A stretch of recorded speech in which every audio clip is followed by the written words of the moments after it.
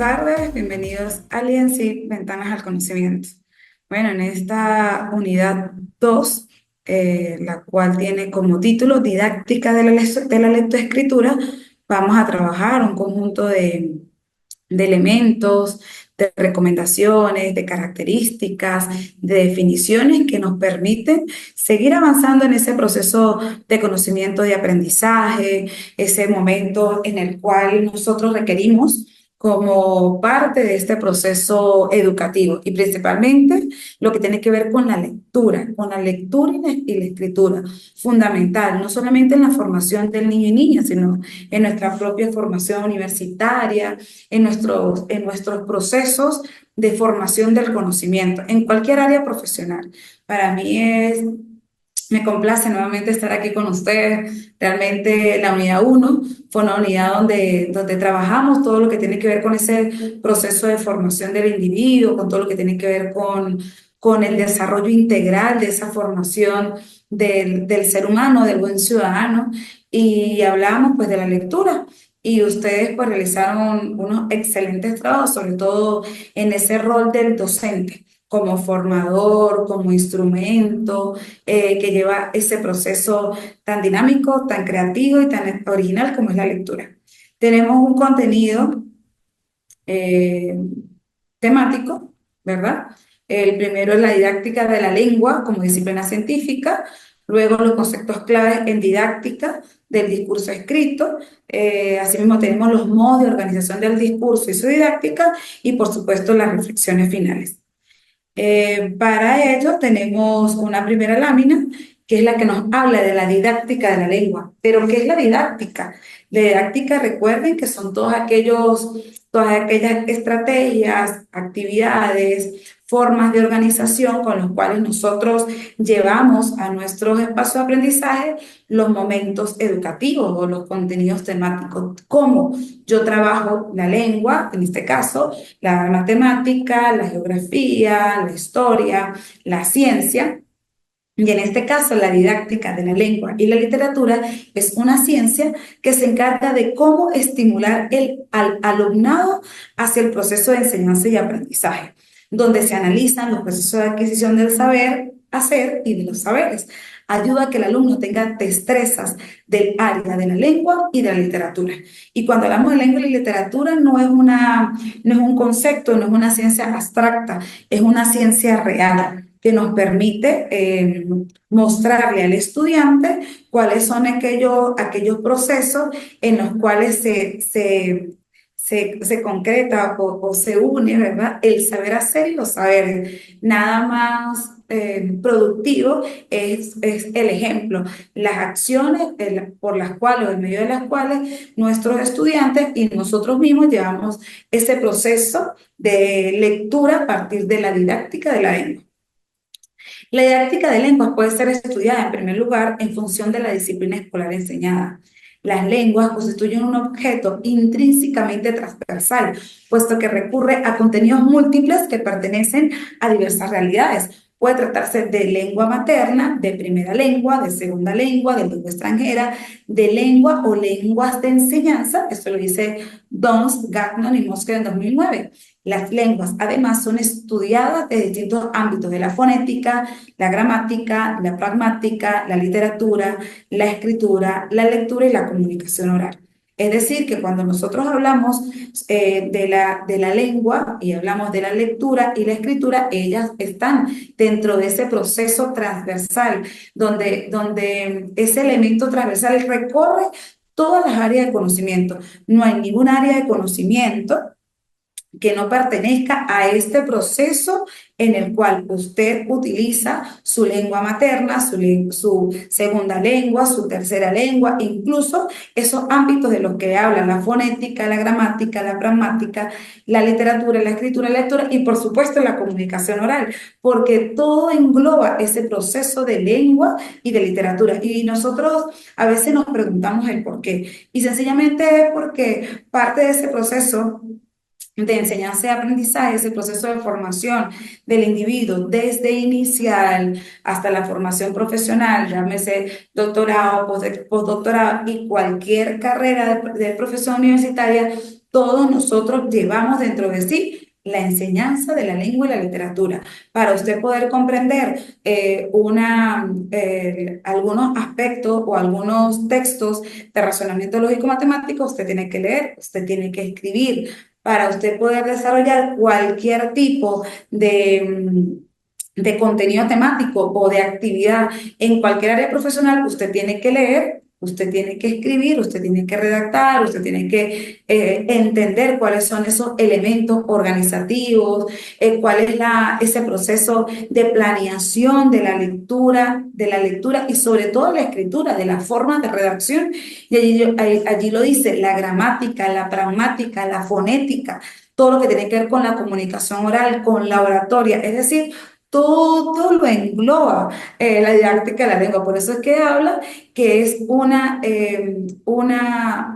espacio o una línea bastante gruesa, transversal en todos los procesos y en todas las realidades. Entonces se puede definir la didáctica de la lengua y de la literatura como una disciplina que estudia los fenómenos de enseñanza y aprendizaje de las lenguas y las complejas relaciones entre los polos del triángulo didáctico profesor, alumno, maestro. Y eso lo dice Dodd, Gatman y Mosquera en 2009. Y ahí tenemos el profesor, el alumno y el maestro.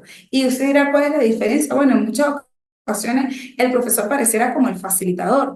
El profesor solamente va y enseña el contenido. El maestro se apasiona,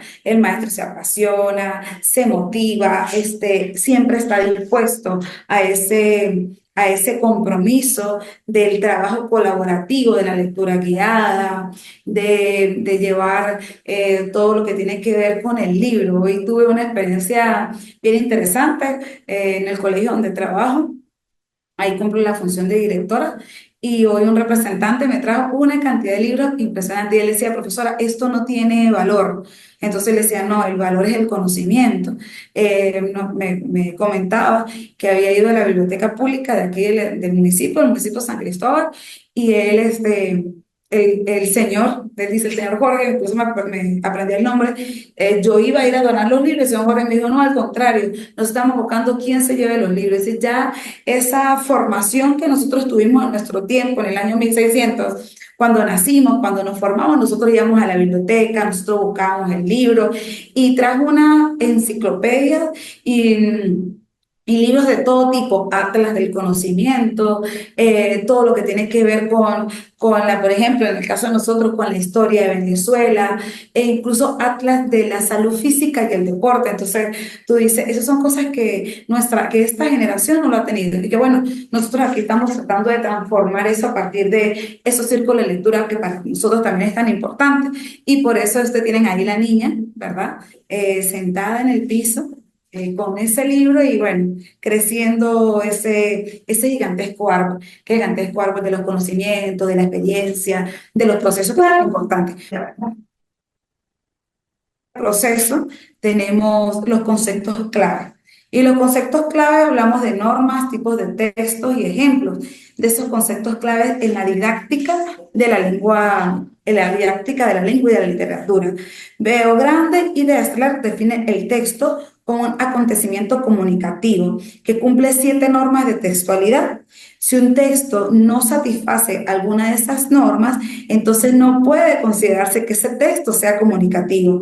Eso lo dijo en 1997. Estas normas que los autores explican profusamente en su trabajo o profundamente en su trabajo referenciado son la cohesión, la coherencia, la aceptabilidad, la informatividad, la situacionalidad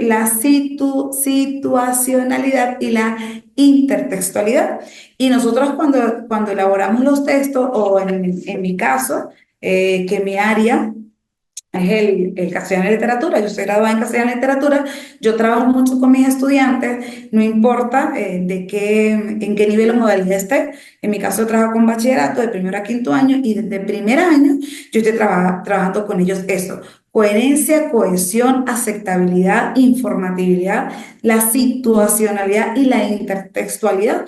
¿Por qué? Porque un trabajo que no tenga principalmente cohesión, coherencia y aceptabilidad, que no esté dentro del contexto, que no presente esas formas de redacción, este trabajo pues no cumple la condición de un texto comunicativo.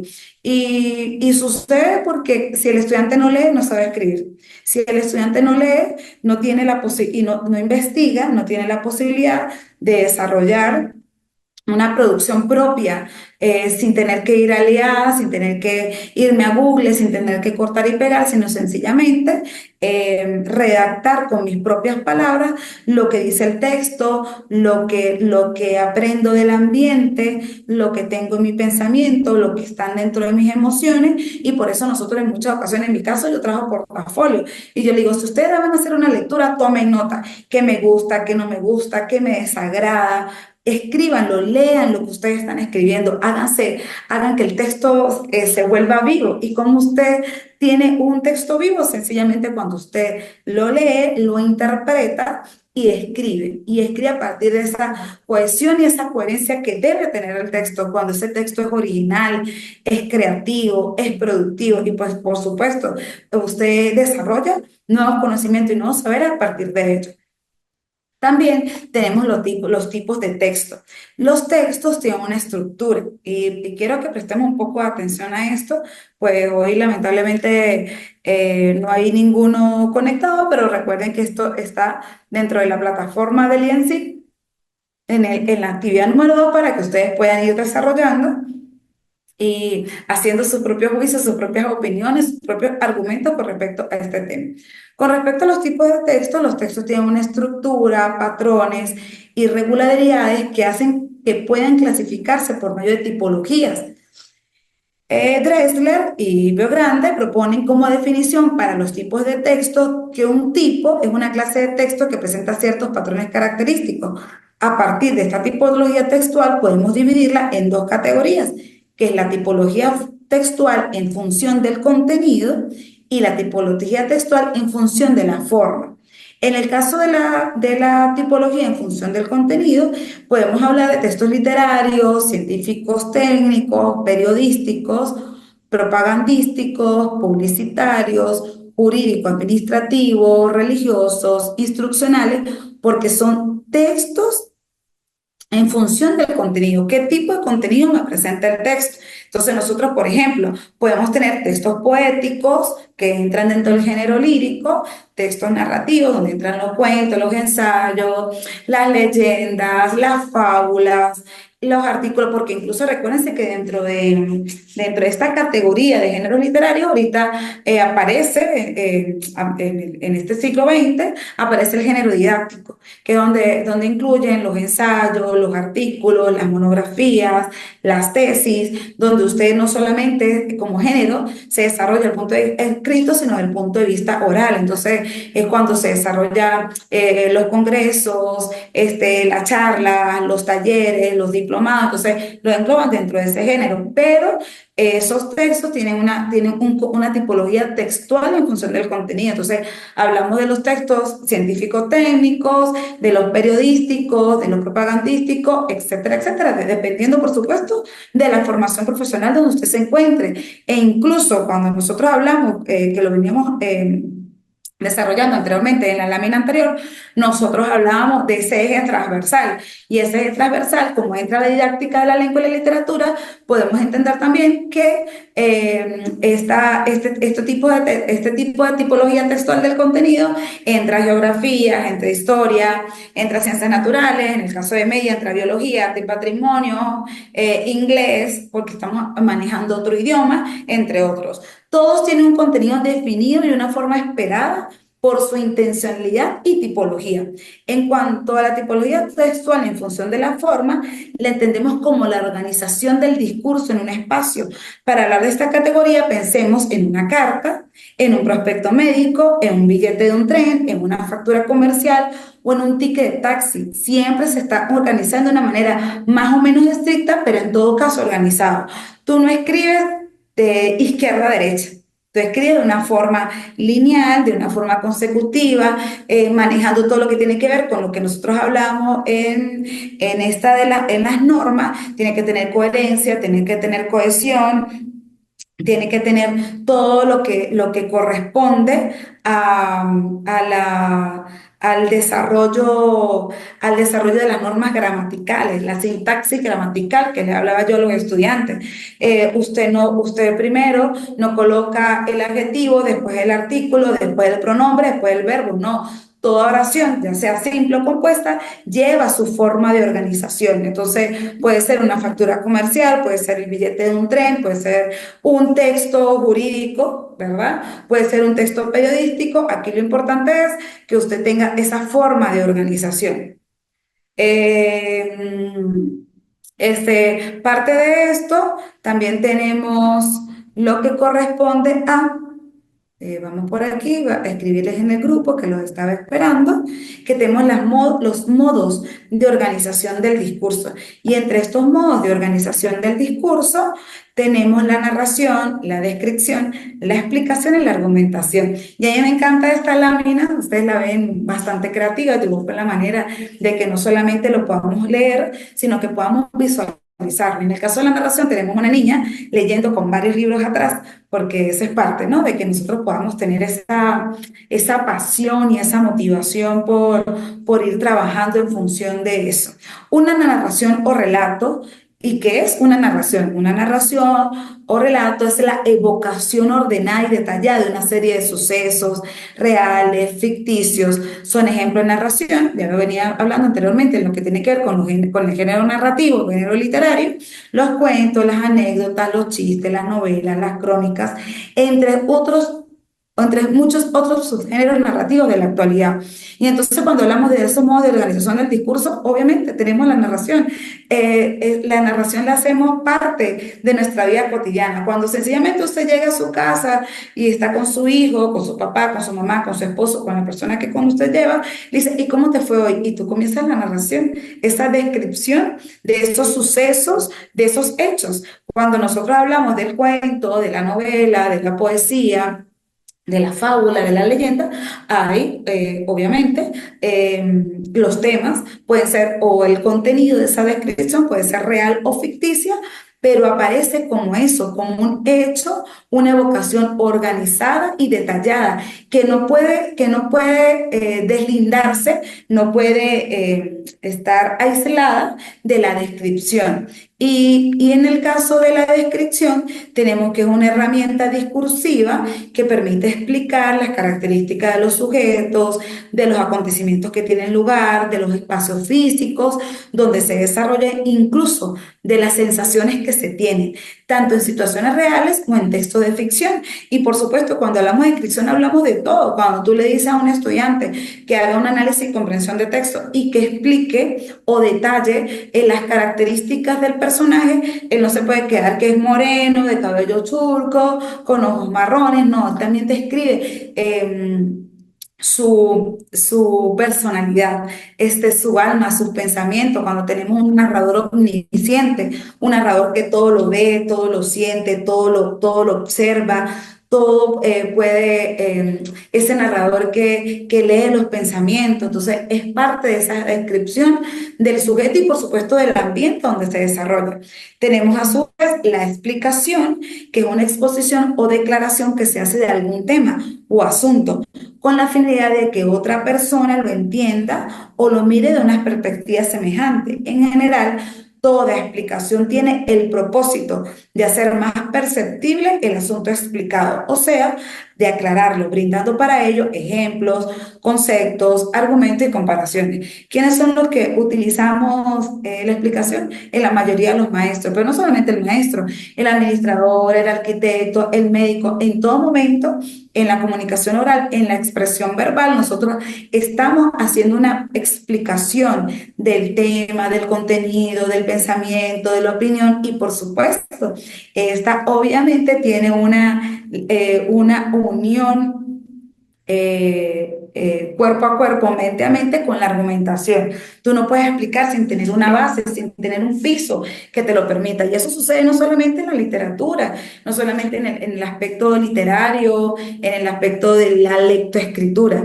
Este momento de explicación con la argumentación aparece en todos los aspectos de nuestra vida cotidiana, porque la argumentación es una práctica discursiva que tiene como propósito defender o criticar un punto de vista y disuadir a los demás de adoptar el propio. Para ello se emplea argumentos, es decir, razonamientos lógicos, conscientes y demostrables. Y sencillamente es porque investiga, porque crea, porque innova, porque dinamiza sus propios conocimientos, porque lleva dentro de sí un proceso de sistematización de su aprendizaje y lo desarrolla a partir de ese argumento. Cuando usted elabora un ensayo, sobre todo a ustedes en este caso creo que no se lo coloque, un ensayo argumentativo, yo a ustedes no les pido que sencillamente coloque unas 5 o 6 citas. No, me interesa es su argumento, que usted me explique con sus propias palabras. No es la cantidad, es la calidad. Hay estudiantes que entonces te desarrollan un ensayo argumentativo de 8 cuartillas, pero tú te das cuenta que en su mayoría es una investigación que hizo, que es un corte y pegue, pero que no utilizó, ni incluso no utilizó las citas textuales y las citas parafraseadas. Y para usted poder argumentar un ensayo, usted tiene que tener dentro de su forma de redacción, dentro de su planeación, de esa estructura, de ese ensayo argumentativo, usted tiene que citar, porque usted está defendiendo o criticando un punto de vista. ¿Y cómo usted lo hace? A partir de argumentar con otra opinión, incluso ya sea una crítica o ya sea nosotros hablamos de una argumentación, una contraargumentación, cuando usted utiliza un autor para respaldar su opinión, pero también utiliza una cita para estar en contra de su opinión y usted poder adoptar un punto de vista propio, creativo y original. Seguimos avanzando. Tenemos, para finalizar, tenemos una reflexión final. Para nosotros es bastante importante que podamos hacer esta reflexión de Pablo Coelho. Me quiero detener a leerlo pausadamente porque la lectura y la escritura depende de ti y de cómo sea tu disposición, tu voluntad, tu motivación y sobre todo ese proceso que llevas día a día. Ese proceso en que esta sociedad cambiante, vertiginosa, avasallante, el tiempo que a veces no rinde porque usted está trabajando, está estudiando, tiene su vida personal, entonces a veces se nos hace muy difícil leer. Y Pablo Coelho nos dice que hay en el mundo un lenguaje que todos comprenden. Es el lenguaje del entusiasmo, de las cosas hechas con amor y con voluntad, en busca de aquello que se desea o en lo que se cree. Cuando nosotros entendemos que en el mundo del lenguaje, que el lenguaje parte, que del lenguaje parte todo.